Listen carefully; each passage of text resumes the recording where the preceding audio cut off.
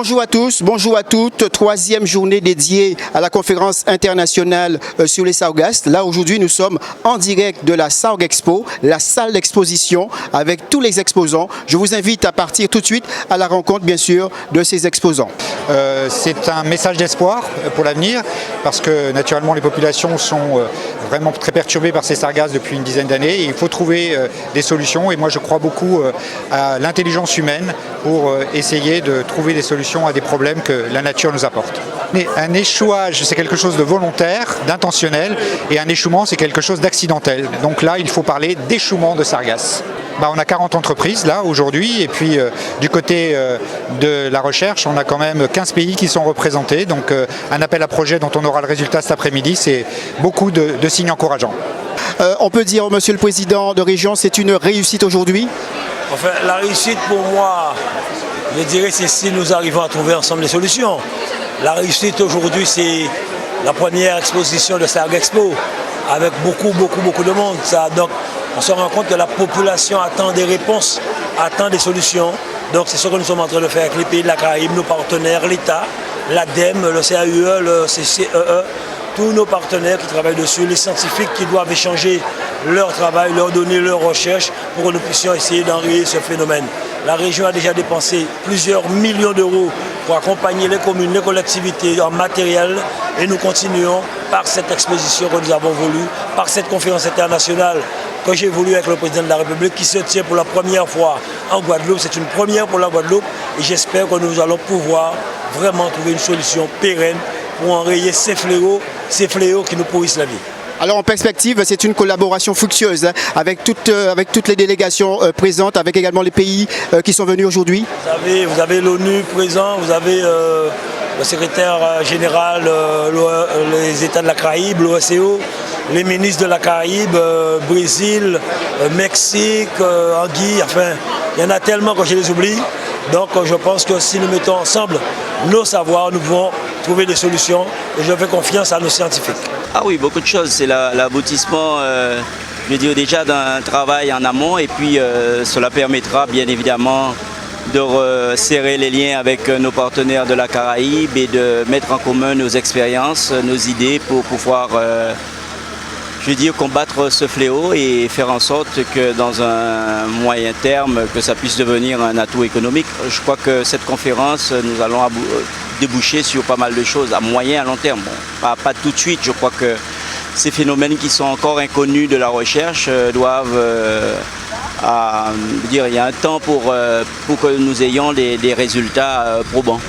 Je crois que c'est un moment extrêmement important. Ça fait suite aux décisions qui avaient été prises par le gouvernement d'avoir une réflexion au plan international. Et aujourd'hui, un an après cet engagement, on a la concrétisation qu'on peut réunir en Guadeloupe non seulement des scientifiques, mais des entreprises qui peuvent apporter des solutions à toutes les questions qui se posent autour des sargasses.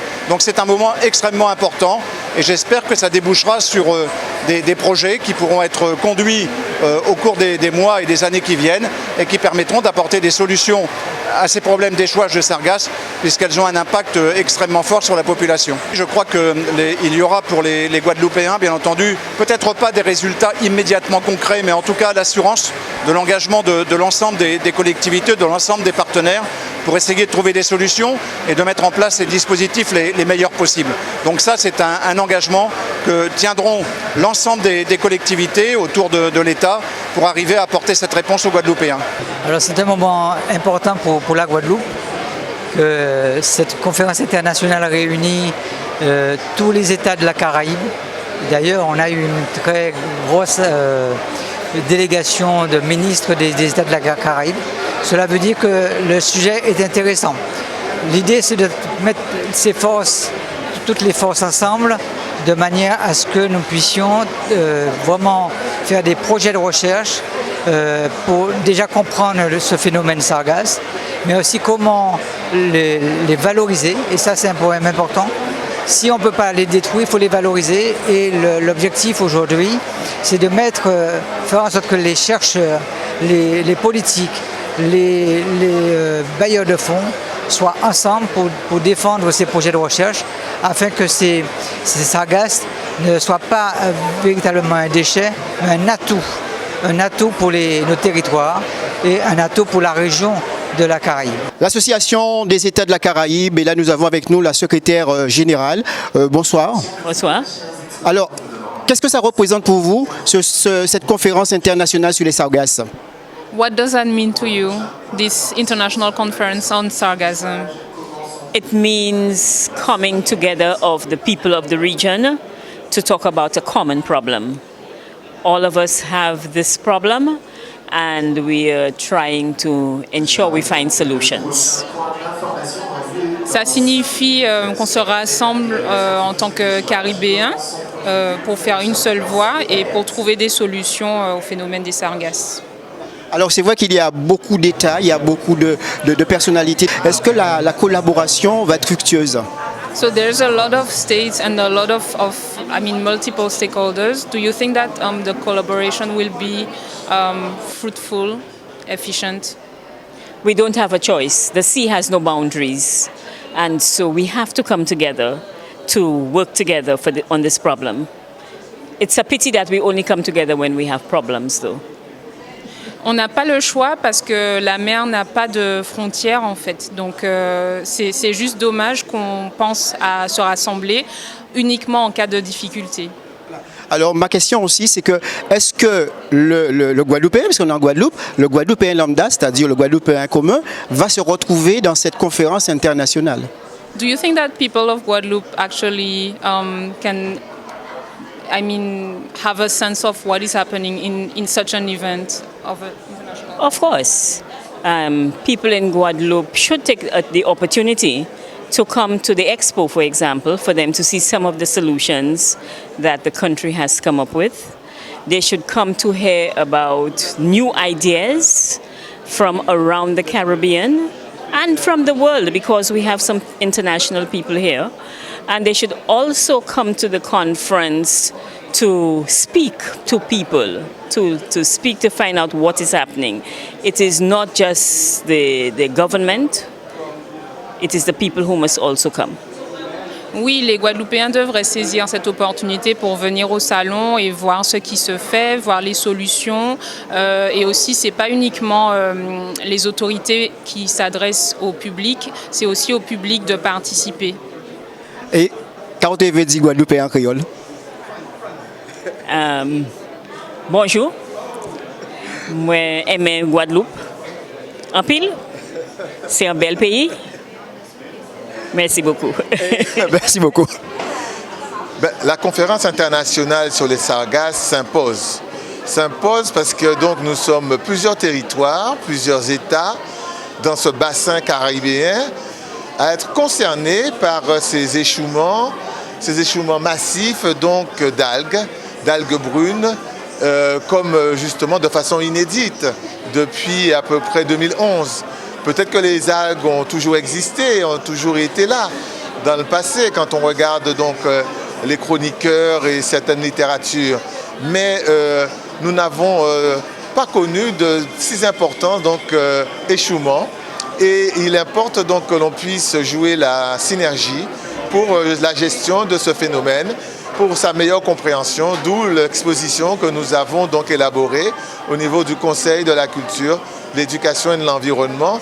Cette exposition donc qui est pédagogique, qui est donc de panneaux qui sont éducatifs et que nous avons inauguré hier justement à l'Université des Antilles et qui est aujourd'hui donc au WTC, qui va rester donc au WTC pendant donc la tenue de Sarg Expo et donc la tenue aussi du colloque international.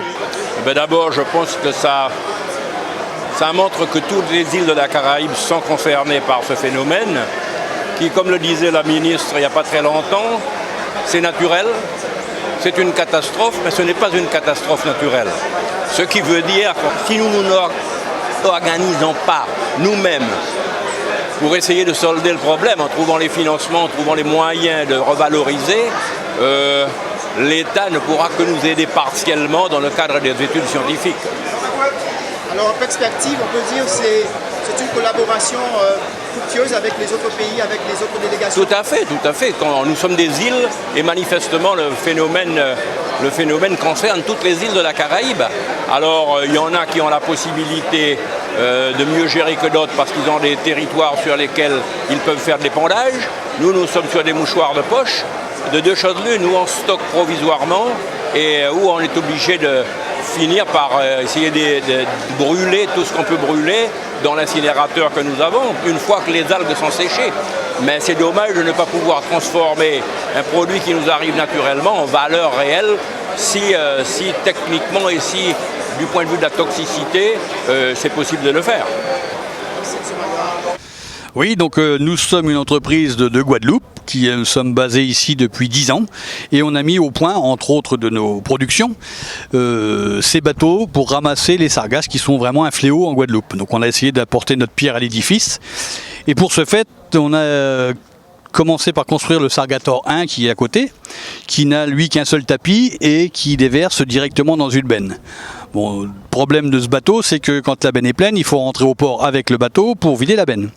Donc on perd du temps. Si on met 10 minutes à remplir la benne, on met presque une demi-heure à retourner au port, la vider et revenir. Donc le bateau ne travaille qu'à 30% de ses possibilités. Donc partant de ce principe, on a créé le Sargator 2 qui lui est doté de 4 tapis. C'est-à-dire qu'on a un premier tapis qui charge les sargasses à bord. Ces sargasses tombent sur un tapis transversal et sont déversées par un autre tapis latéral, soit à droite, soit à gauche, pour se vider dans une benne qui est flottante et motorisée. Ce qui veut dire que lorsque la benne est pleine, la benne est motorisée, elle peut rentrer toute seule au port et le Sargator peut continuer à travailler en se mettant de l'autre côté et remplir une seconde benne. Et on fait des navettes comme ça, un peu comme une moissonneuse batteuse et une remorque de blé dans les champs. Alors en termes de tonnage, on peut dire que c'est beaucoup plus important. Ah oui, c'est beaucoup plus important. On va arriver à travailler 100 tonnes à l'heure facilement avec le Sargator 2. Et en plus de ça, alors le Sargator, pour être très efficace, il faut qu'il soit couplé, je pense, avec des filets qui fassent une retenue des sargasses dans des endroits bien précis. Et ensuite, on vient débarrasser les filets des sargasses avec le Sargator. Parce qu'il faut qu'il travaille où il y a une bonne épaisseur de sargasse, sinon ça avance pas, quoi. Notre visite ici au salon Sarg Expo avec des étudiants qui vont se présenter. Myriam Richol de l'association CAP QHSE, responsable de système de management, qualité, hygiène, sécurité et environnement à la Chambre de commerce des îles de Guadeloupe.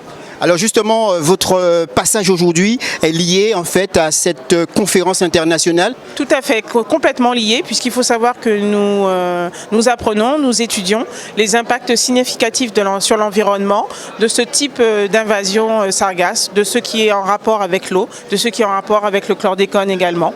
Alors justement, vous avez des actions que vous allez mener à court terme? Tout à fait. On a un grand forum que nous organisons les 19 et 20 novembre 2019. C'est la première édition d'un forum qui est spécialisé sur la QHSE.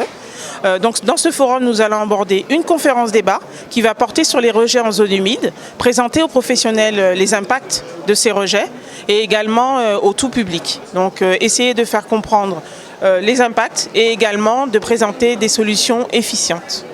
I think it's a good thing, not just for me, but then for the organization that I represent and the member states that the organization represents. C'est une bonne chose, non seulement pour l'organisation que je représente, l'organisation du Stade de la Caraïbe orientale, mais aussi les pays membres qu'on représente. Est-ce qu'il y a eu beaucoup d'échanges avec les autres pays, les autres délégations? Est-ce que, how did you actually speak a lot with other countries, other delegations, other organizations? Did you meet people? Yes, I did, and then I met a lot of people on the other side of the exhibition who were dealing with boats and how to collect the sargassum in the ocean and produce items with the sargassum. Oui, j'ai rencontré beaucoup de personnes durant le salon, notamment des personnes qui transforment et valorisent la sargasse et aussi qui proposent des solutions de collecte. Alors, qu'est-ce que vous attendez de ce salon? Et puis, est-ce que les Guadeloupéens passent vous voir également? So, what are your expectations after this event? And do you have a lot of people from Guadeloupe visiting the stand? Yes, I do. I'll answer the last question first. We have a lot of people visiting, wanting to know more about the OECS and the member states, and also the students. They're interested in OECS. Some of them want to come and do internships at the OECS. They're interested in working for the OECS. Oui, on a beaucoup de personnes de Guadeloupe qui viennent visiter notre stand et il y en a beaucoup qui sont intéressés pour en savoir plus sur l'OECS et même pour faire des stages à l'OECS. Et comme je disais tout à l'heure, est-ce que vous avez un mot en créole à dire aux Guadeloupéens qui nous regardent? Do you have something to say to Guadeloupeans in Creole? Bonjour Guadeloupe, Saint-Lucie. Ça a marché. Ça a marché, yeah. Comment allez-vous? Voilà, content d'être là aujourd'hui. Oui, oui, oui.